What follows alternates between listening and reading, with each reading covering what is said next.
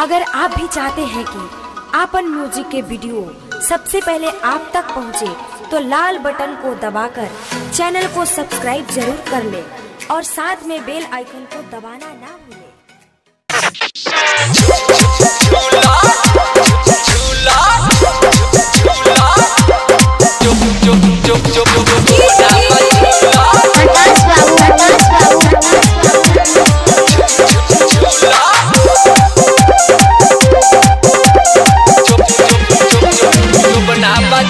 बाड़ू कुआ के जैसे हो फूलल, कैसे जो बनाबा झूलल।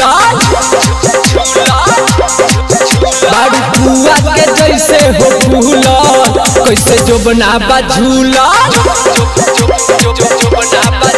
फूल के जैसे बाड़ू हो खिलल, जौना यारवा से बाड़ू हो मिलल। नन्हे उम्र में बोल तोहर फूलल। बाड़ू कुआ के जैसे हो फूलल, कैसे जो बनाबा झूलल। बाड़ू कुआ के जैसे हो फूलल, कैसे जो बनाबा झूलल।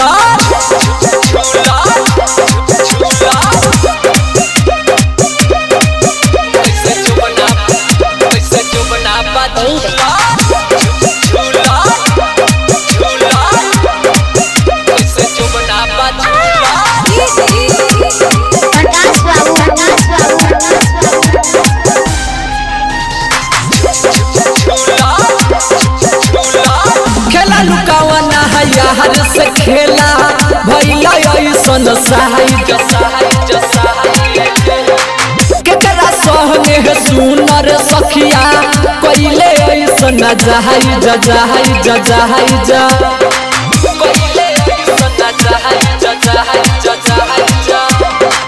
खेला लुकावना है यार से खेला भैया ऐसन साहिज साहिज साहिज।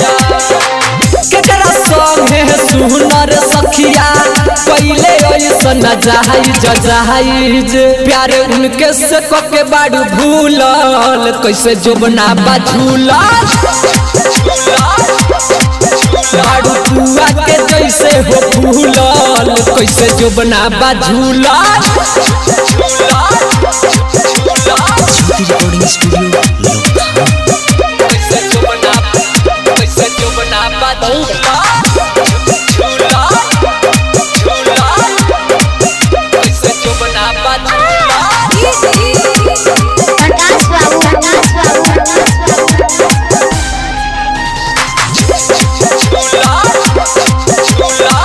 सुनले पानी सुनर सखिया सुधीर से चलता फेरा रे फेरा रे फेरा रे। संजीव बिके सके जालू सज के डेहरा रे डेहरा रे डेहरा रे। जालू सज के डेहरा रे डेहरा रे डेहरा रे। सुनले पानी सुनर सखिया सुधीर से चलता फेरा रे फेरा रे फेरा रे फेरा रे। बिके सजी तेंदर ज्योति के जालू सज के डेहरा रे डेहरा रे डेहरा। रसला रूप से बाड़ू हो जूझल, कैसे जो बनाबा झूलल। बाड़ू कुआ के जैसे हो फूलल, कैसे जो बनाबा झूलल। ज्योति रिकॉर्डिंग स्टूडियो लोग।